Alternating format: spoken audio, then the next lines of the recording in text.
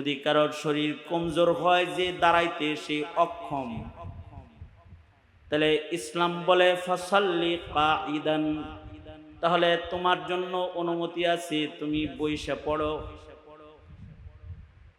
শরীর যদি বসার উপযুক্ত না হয় যে তোমার শুয়ে থাকতে হয়, ইবাদত তোমার মাপ নাই, ফাসাল্লি ইমান, ইশারায় ইশারায় শুয়ে শুয়ে পড়ো। আজব আল্লাহ পাকের নিয়ম, কারণ সুস্থতা অসুস্থতার মালিক আল্লাহ। আল্লাহর রাসূল নিজের থেকে কিছুই বলেন না। এই কথাটাও নবীর কথা না, এই কথাটাও আসলে আল্লাহর কথা। অর্থাৎ যারা আল্লাহর ঘরে আল্লাহর কদমে সেজদা দিতে না আসে, রাসূলের মনে চায় তাদের ঘর বাড়ি জ্বালায়া দিতে, আসলে এটা নবীর চাওয়া না, এটা আসমানের মালিক আল্লাহর চাওয়া। এরপরে জালালি ইবাদত।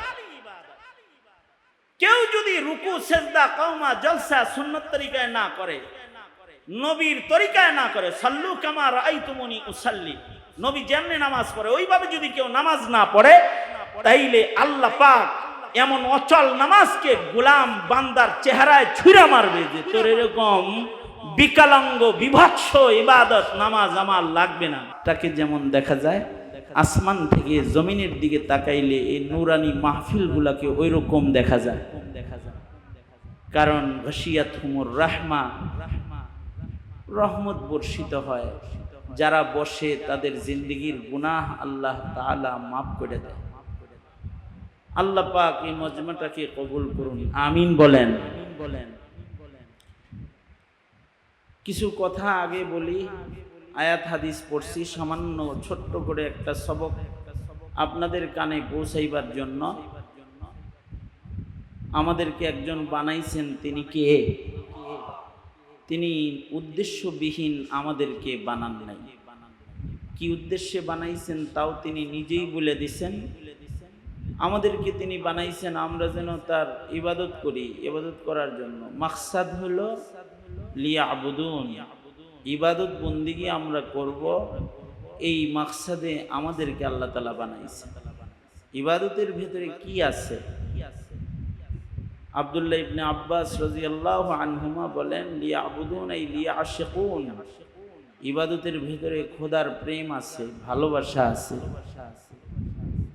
বান্দা ইবাদত যে বেশি করে সে আল্লাহকে ভালো বেশি বাসে। আল্লাহর ভালোবাসা প্রকাশের মাধ্যম হলো ইবাদত। যার জীবনে ইবাদত বেশি, তার ভেতরে আল্লাহ পাকের মোহাব্বত বেশি। সৃষ্টির উদ্দেশ্য কি? সকল সৃষ্টিকেই আল্লাহ বানাইছেন। হাদিসে কুদসি আল্লাহ পাক বলেন, আমি আল্লাহ পাক ইচ্ছে করলেন আন উহাব্বাবা, যে আল্লাহ পাককে কেউ ভালোবাসবে। আল্লাহ পাক এই ভালোবাসাটা পাবেন কেমনি? আল্লাহ ভালোবাসা পাওয়ার জন্য মাখলুকাত বানাইছেন। ফা খালাকাতুল খালকা, মোহাব্বত লাভের জন্য আল্লাহ পাক মাখলুক বানাইছেন, যে মাখলুকরা সবাই মিলা আল্লাহরে ভালোবাসে। এ কারণে সকল মাখলুকাত আল্লাহকে ভালোবাসে। সকল মাখলুকাত তাদের ভালোবাসা প্রকাশ করে কি দিয়া? আল্লাহ বলেন ওরা সবাই জিকির করে। ইউসাব্বিহু লিল্লাহি মা ফিস সামাওয়াতি ওয়া মা ফিল আরদ, আসমান জমিন এর ভেতরে যা আছে সবাই আল্লাহ পাকের জিকির করে। আল্লাহ পাকের স্মরণ ও জিকিরের মাধ্যমে তারা আল্লাহর মোহাব্বত প্রকাশ করে। কিন্তু আল্লাহ আরো বেশি ভালোবাসা চান। ফেরেশতারাও ইবাদত করে, এই ইবাদত না, আরো প্রেমের ইবাদত চান। এই কারণে আল্লাহ পাক ভালোবাসায় গদগদ মোহাব্বতওয়ালা ইবাদত করার জন্য আল্লাহ পাক জিন ও ইনসানকে বানাইছেন, যে তারা উজাড় করে আল্লাহকে ভালোবাসবে। दर्द दिल के वास्ते पैदा किया इंसान को,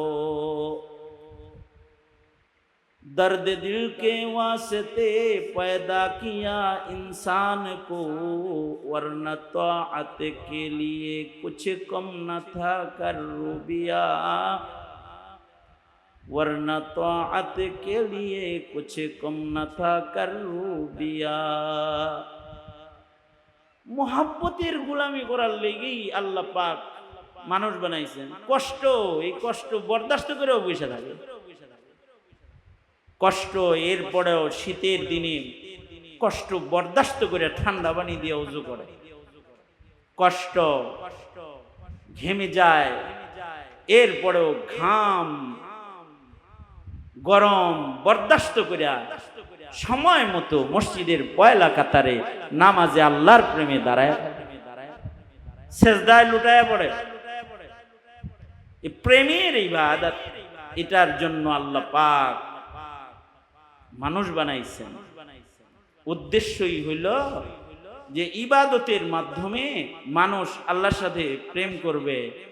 এই মাকসাদে আল্লাহ পাক বানাইছেন। ওয়ামা খালাকাতুল জিন্না ওয়াল ইনসা ইল্লা লিয়াবুদুন। এ কারণে মানুষকে রকমারি ইবাদত আল্লাহ পাক দান করেছেন। বুনিয়াল ইসলামু আলা খামস, ইসলামের পঞ্চ স্তম্ভ, এর ভিতরে একটা হলো ঈমান, এরপরে চারটা হলো ইবাদত, ফরজ ইবাদত। মৌলিকভাবে যত ইবাদত মানুষ করে, সব ইবাদত গুলা দুই প্রকার। মৌলিকভাবে একটা ইবাদত হলো ইবাদতে বদনী, আর একটা ইবাদত হলো ইবাদতে মালি। মানুষ বদন দিয়া মুজাহাদা কইরা, শারীরিক শক্তি খরচ কইরা আল্লাহর ভালোবাসা প্রকাশ করে। ইবাদতে বদনী, ইবাদতে বদনীর ভেতরে মৌলিক বড় দুটি ফরজ ইবাদত হইল, একটা হইল নামাজ। মানুষ দেহ খরচ কইরা দৈহিক ইবাদত নামাজ পড়বে। বালেগ বালেগা, নারী পুরুষ সবাই নামাজ পড়বে, ধনী হোক গরিব হোক। বদনী ইবাদত, শারীরিক ইবাদত। আজব আল্লাহ পাকের বিধান। ইবাদতটা যেহেতু বদনী, এ কারণে কাইফিয়াতে ইবাদত, এটা বদনের অবস্থার উপরেই নির্ভরশীল। কারোর শরীর যদি শক্তি ভালো হয় তাহলে সে দাঁড়ায় পড়বো, মসজিদে যায় পয়লা কাতারে তাকবীর উলার লগে পড়বো, জামাতের সাথে পড়বে। কিন্তু যদি অসুস্থ হয় তাহলে তারে কয় তুমি ঘরেও পড়বে। অসুস্থ তাহলে ঘরে পড়ো, যাইতে পারতেছো না মসজিদে, ওজোর আছে তাহলে ঘরে পড়তে পারবা। ওজোর নাই, খামোখা অলসতা করে ঘরে পড়বা, সমস্যা। আল্লাহ তাআলার কাছে এটা অপছন্দ। দাঁড়িয়ে পড়বা, রুকু সেজদা দিয়া পড়বা। শক্তি আছে, রুকু সেজদা কওমা জলসা দাঁড়িয়ে সুন্দর করে নামাজ পড়ো। ইবাদতটা যেহেতু বদনী, শারীরিক, যদি কারোর শরীর কমজোর হয় যে দাঁড়াইতে সে অক্ষম, তাহলে ইসলাম বলে ফাসাল্লি কাঈদান, তাহলে তোমার জন্য অনুমতি আছে তুমি বইসা পড়ো। শরীর যদি বসার উপযুক্ত না হয় যে তোমার শুয়ে থাকতে হয়, ইবাদত তোমার মাপ নাই। ফাসাল্লি ইমান, ইশারায় ইশারায় শুয়ে শুয়ে পড়ো। আজব আল্লাহ পাকের নিয়ম। কারণ সুস্থতা অসুস্থতার মালিক আল্লাহ। আল্লাহ যাকে সুস্থ রাখে সে সুস্থ থাকে, আল্লাহ যাকে সবল বানায় সে সবল রয়, আল্লাহ যাকে দুর্বল বানায় দেয় সে দুর্বল হয়, আল্লাহ যারে অসুস্থ বানায় দেয় সে অসুস্থ হয়ে বিছানায় শুয়ে রয়। এ কারণে সব দেওয়ার সময় অসুস্থরে সুস্থের মতনই দেয়। বিছানায় শুয়ে শুয়ে ইশারায় নামাজ পড়লেও রব্বুল আলামিন সুস্থ বদনে মসজিদের পয়লা রাকাতে পয়লা কাতারে দাঁড়ায়া তাকবীরে উলার নামাজ পড়ে যে সওয়াব পেয়েছে, অসুস্থ বদনে ইশারা কইরা নামাজ পড়ে ঘরের ভেতরে, রব্বুল আলামিন তাকে মসজিদের পয়লা কাতারের তাকবীরে উলার সওয়াব তার গোলামকে আল্লাহ পাক দিয়ে দেয়। কারণ ইবাদতটা হলো বদনী ইবাদত। বদন দুর্বল তো তুমি ঘরে পড়েও সবলের সওয়াব পেয়ে যাইবা, কিন্তু মাপ নাই, করতেই হইব। ইবাদতে বদনী, রোজা ইবাদতে বদনী, বদন দিয়া রাখতে হয়। তবে নামাজ আর রোজার ভেতরে আলাদা আরেকটা রুহানি জিনিস আছে, সেটা হলো নামাজ হলো জালালি ইবাদত আর রোজা হলো জামালি ইবাদত। নামাজ জালালি ইবাদত। এই এদিকে তাকা বেটা, কি হুজুর কি ধমকটা দিল? ধমক দিব না, চুমা দিব তোমারে। এদিকে তাকাও, কথা বলতে কষ্ট না? আমারও তো ব্যস্ততা আছে, আমি কথা বলতেছি কি থোড়াই? যে কয়জন বসে আছো এদিকে খেয়াল করবা। আমাদের বাংলাদেশে ভালো করে বললে শোনে না দেখে এরকম মানে তেরা করে বলতে হয় মাঝে মধ্যে। বাঙালির একটা নিয়ম আছে, সোজা আঙ্গুলে ঘিও দেয় না, ঠিক না? হ্যাঁ, এরকম না? ভালো করে বললে শুনবার চায় না। হাসি না শুনে নাই, ভালো করে বলছে শুনে নাই। পরে যখন আঙ্গুল বাঁকা করছে তখন হেলিকপ্টারে চলে গেছে গা। বাঙালি সোজা কথা শুনতে চায় না, আঙ্গুলি বাঁকা করতে হয়। এ কারণে বিরোধী দল লাগে। বিরোধী দল কি লেগে লাগে? ওই যে আঙ্গুল বাঁকা কোন রকম। তখন সরকার যদি উল্টাপাল্টা হয়ে যায় তো বিরোধী দল বাঁকা একটা দরকার হয়, যে আঙ্গুল বাঁকা করে বয়ে থাকবে, যে মুসলমানের মাটিতে যাতা করতে আসলে প্রতিরোধ গড়ে তোলা হবে বলতে হয়। সোজা কথা শুনবার চায় না। বহরহাল আমি ওই কথা বলতে বসি নাই, আমি কিন্তু কিছু নসিহত করতেই বসছি এরাদা করে, তাই নসিহতই করতেছিলাম। যারা বসছেন মুতাওয়াজ্জিহান ইলা জিহাতিল হুজুর, আপাতত এইদিকে খেয়াল করেন। আমি যেটা বললাম, বদনী ইবাদত মৌলিকভাবে ফরজ দুইটা, নামাজ রোজা। তবে নামাজের ভেতরে জালাল আর রোজার ভেতরে হলো জামাল। আল্লাহ পাকের জালাল, নামাজের বেলায় আল্লাহ পাক জালাল প্রদর্শন করেন, আর রোজার ভেতরে জামালি হালত আছে। এ কারণে নামাজের গুরুত্ব যারা না দেয় তাদের উপরে আল্লাহ পাক রেগে যান। কেউ যদি জামাতে নামাজে না আসে, তাহলে রাসূল বলেন কি, নামাজের সব সুজা করতেছেন আল্লাহর রাসূল। সাহাবীদেরকে আল্লাহর নবী বলে, আমার মনে চায় যে আমার জায়গায় কাউকে ইমাম বানায়া তোমাদেরকে নামাজের জন্য দিয়া যায়া, যারা যারা মসজিদে আসে নাই, ঘর থেকে বেরোয় আল্লাহর ঘরে যারা আসে নাই, আমার মনে চায় যে তাদের ঘর বাড়ি আমি আগুন দিয়া জ্বালায়া দিই। রাসূল বলে মসজিদে দাঁড়ায়া দাঁড়ায়। আসলে কি এটা রাসূলের মনে চায়? আসলে তা নবীজির যা মনে চায় মনে করতে হবে এটা আল্লাহর মনে চায়। নবীজি যা বলে সব, আল্লাহ যা বলে রাসূল তাই বলে, নবীজি তাই বলে। আল্লাহর যা ইচ্ছা নবীজির তাই ইচ্ছা হয়। अपनी मर्जी से कभी, अपनी मर्जी से कभी कुछ नहीं कहते आका, जो खुदा कहता है सरकार वही कहते हैं। আল্লাহর রাসূল নিজের থেকে কিছুই বলেন না। এই কথাটাও নবীর কথা না, এই কথাটাও আসলে আল্লাহর কথা। অর্থাৎ যারা আল্লাহর ঘরে আল্লাহর কদমে সেজদা দিতে না আসে, রাসূলের মনে চায় তাদের ঘর বাড়ি জ্বালায়া দিতে।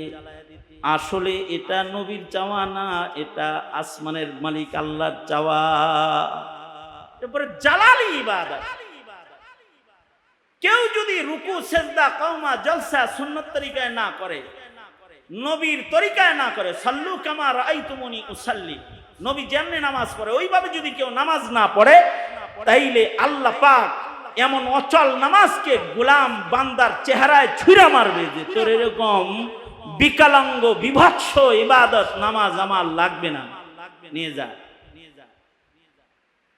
এমন কি নামাজের ভেতরে যদি কেউ নিজের দিলকে হাজির না রাখে, তাইলেও লা সালাতা ইল্লা বিহুজুরিল কলব, হুজুরি কলব ছাড়া ইবাদত করলেও ইবাদত আল্লাহ পাক গ্রহণ করেন।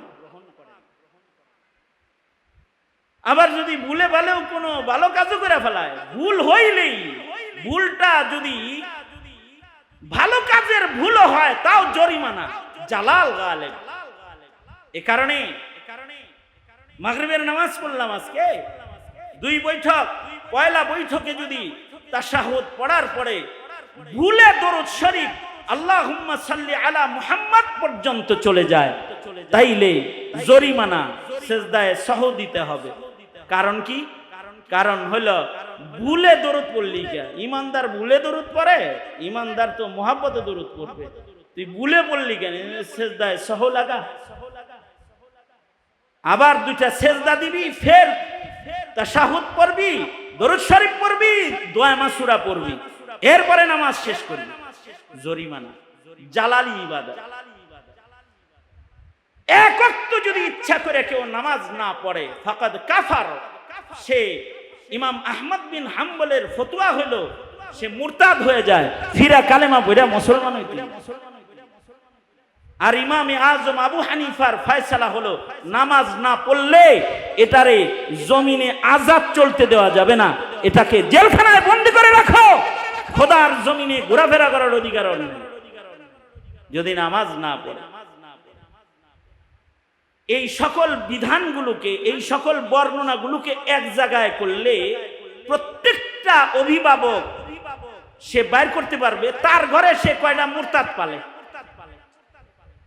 বাপ বাইর করতে পারবে যে হের ঘরে মুরতাদ কয়টা। যেগুলা ইচ্ছা করে নামাজ পড়ে না, তো বাপের ওই সন্তানগুলা আহমদ ইবনে হাম্বলের ফতোয়া মাফি মুরতাদ, আর ইমামে আজমের ফয়সালা মাফি সাধারণ চলার উপযুক্ত না, জেলে থাকার উপযুক্ত। আর যদি ইচ্ছা করে জামাত তরক করে, এক পর্যায়ে যদি জুমার নামাজ, এই যে জুমার নামাজ গেল 3 জুমা যদি কেউ না পড়ে লাগাতার, তাইলে কুতিবা মিনাল মুনাফিকিন, রাসূল বলে আল্লাহ রাগ হয়ে তার নাম মুনাফিকের লিস্টে উঠায় দেয়। শুধুই মাত্র নামাজ বর্জন, জুমা বর্জন, এই 2টা দিয়া, এই 2টা মূলনীতি দিয়া ইমানদার কয়জন ঘরে পালেন আর মুনাফিক কয়টা পালেন বাইর করা সম্ভব। বুঝেন নাই? জালালি ইবাদত।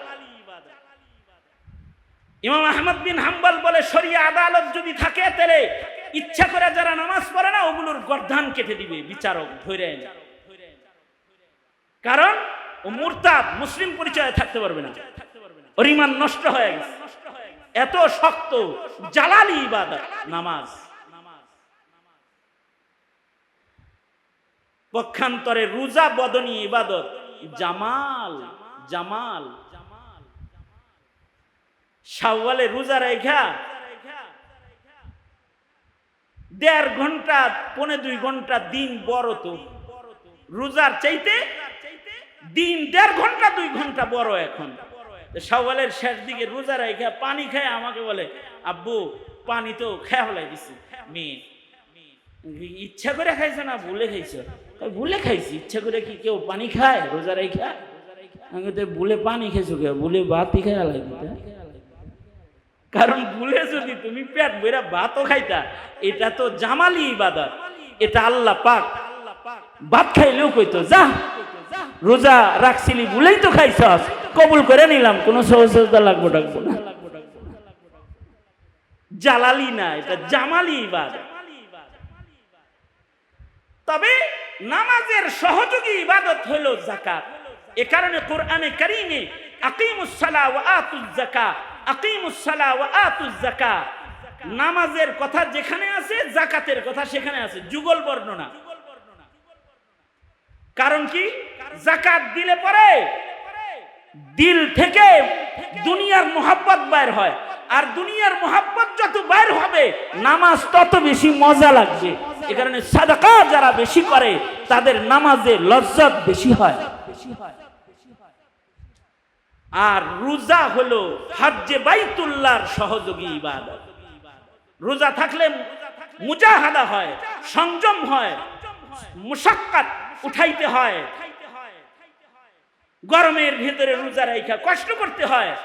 এই সংযম হজের 10 দিনের মহা সংযম, সুগন্ধি বর্জন, সাবান বর্জন, তেল বর্জন, দুনিয়া একেবারে সবাইরে ছাইরা দিয়া আল্লাহর পাগল হয়ে কাফন পইরা যাওয়ার মতো মুশাক্কাত উঠানোর মতো যোগ্যতা আনয়নে সিয়াম সাধনার সংযমী সাধনাটা এটা সহায়ক।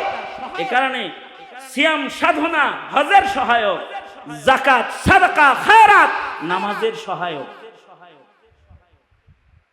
তবে একটার ভেতরে জালাল আছে আর একটার ভেতরে জামাল আছে।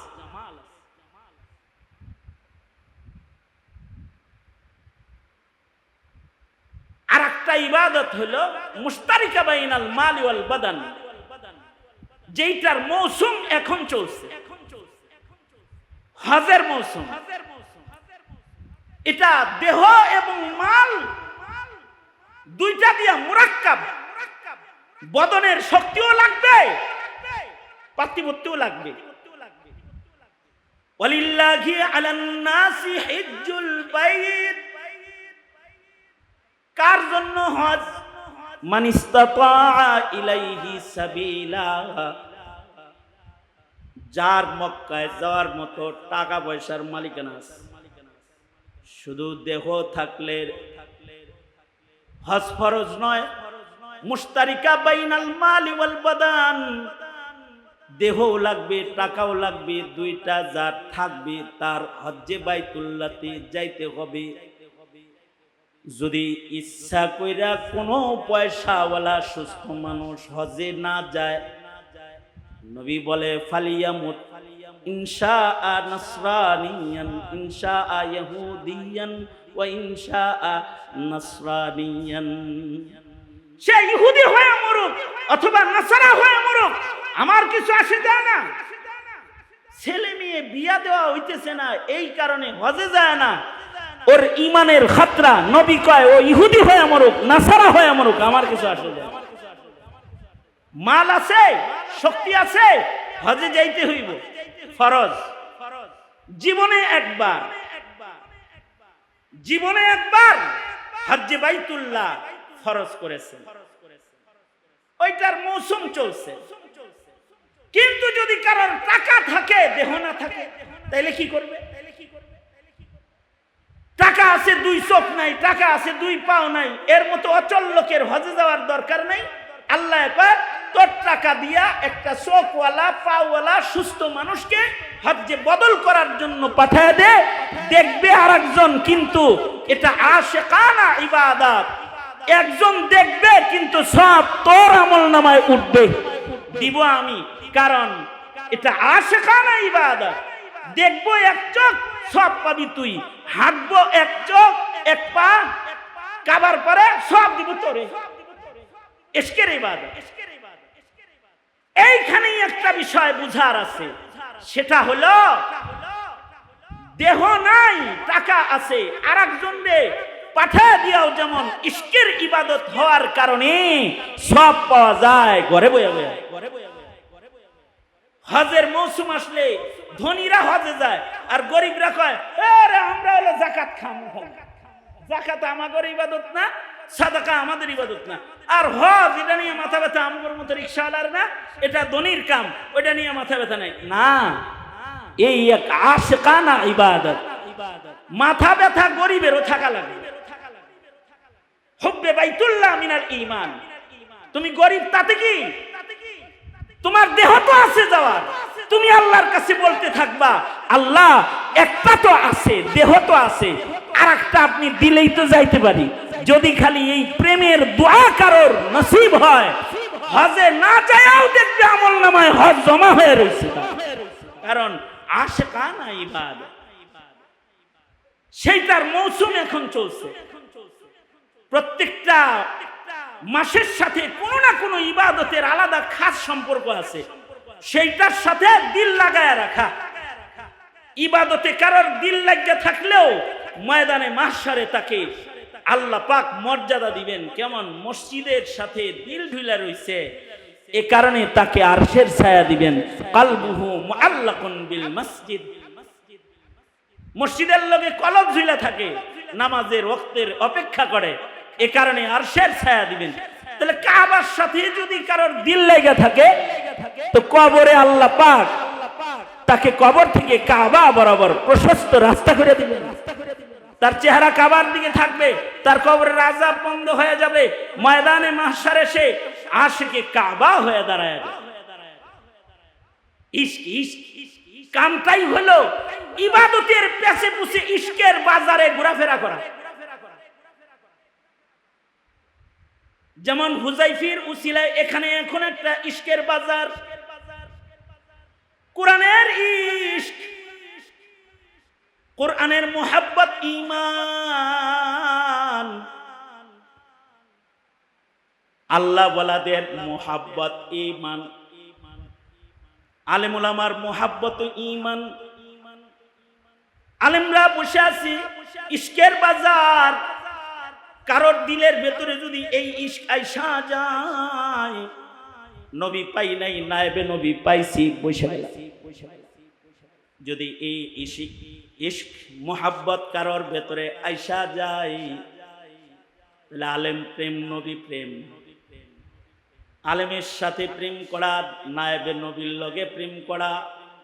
রাসূল বলেন, কেউ আলেম দেখলা সে আমায় দেখলা, আলেমের সাথে মুসাফা করলা আমার সাথে মুসাফা করলা, আলেমের মজলিসে বসলা আমার মজলিসে বসলা। ফজলুল আলিমি আলাল আবিদি কাফজলি আলা আদনাকুম। আলেম তো অটোমেটিক কোন জঙ্গলে গজায় না, আলেম বানাইবারও একটা জায়গা। ধন্যবাদ হুজাইফাকে যে সে এই গুরুস্থানের পাশে একটা পুরানা মাদ্রাসা, যে মাদ্রাসা দীর্ঘদিন আগাইতেছে না, এইটাকে একটু মেরামত করার জন্য, এখান থেকে হাফেজ বের করার জন্য, এখান থেকে আলেম বের করার জন্য এই কবরস্থানের পাশে এই জারিয়ার এই মার্কাজ জারিয়া, ইলমে দ্বীনের জারিয়া কাজের একটা মার্কাজ, এটাকে পরিচালনার জিম্মাদারি সে নিয়েছে। আর ধন্যবাদ ওই মানুষটাকে যে একজন চৌকস যোগ্য এবং মুফাসসিরে কোরআন, একটা নবীন আলেমে দ্বীনকে এখানে কাজ করার জন্য তাকে পূর্ণ অথরিটি দিয়া এই জায়গাটার মুতাওয়াল্লি তাকে বানায়া তাকে এখানে বসায়া দিয়েছে।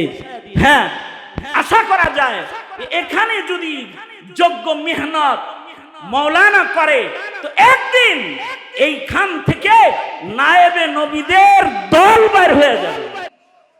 নবী তো আর আসবে না, নায়েবে নবী। এই উম্মতের একটা শান হলো এই উম্মতকে আল্লাহ পাক নায়েবে নবী দান করেছেন। কারণ নবী আর আসবে না, বিধায় নায়েবে নবী দরকার আছে কিয়ামত পর্যন্ত। নায়েবে নবী যেখান থেকে হবে ওইটা হলো মাদ্রাসা। নায়েবে নবীর জন্ম মাদ্রাসার পেট থেকে হয়, নায়েবে নবী প্রস্তুত মাদ্রাসার ভেতরে হয়। এইটা জীবিত মানুষের জন্য যতটা আনন্দের, তার চাইতে কোটি কোটি গুণ বেশি আনন্দের হলো এই গুরুস্থানে যারা ঘুমায় রয়েছে তাদের।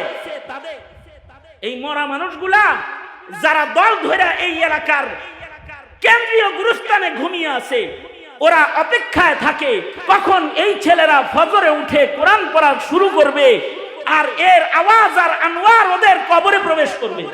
অপেক্ষায় থাকে ওরা অপেক্ষায় থাকে কখন এই তলবে ইলমরা আমাদের গুরুস্থানটার পাশ দিয়ে হেঁটে যাবে, ওদের পায়ের ছোঁয়ার বরকতে আমাদের কবর রাজা আল্লাহ পাক মাফ করে দিবে। ওরা অপেক্ষায় থাকে।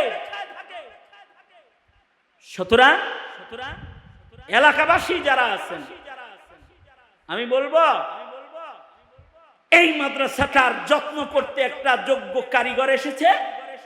এবার এই কারিগরের কিছু আনসার দরকার, কিছু যুগালি দরকার। আমি আশা করব যুব সমাজ, বয়োবৃদ্ধ, আবাল বৃদ্ধ বনিতা যারা এলাকার আছে তারা এইটা গঠন করার যুগালি হয়ে যান।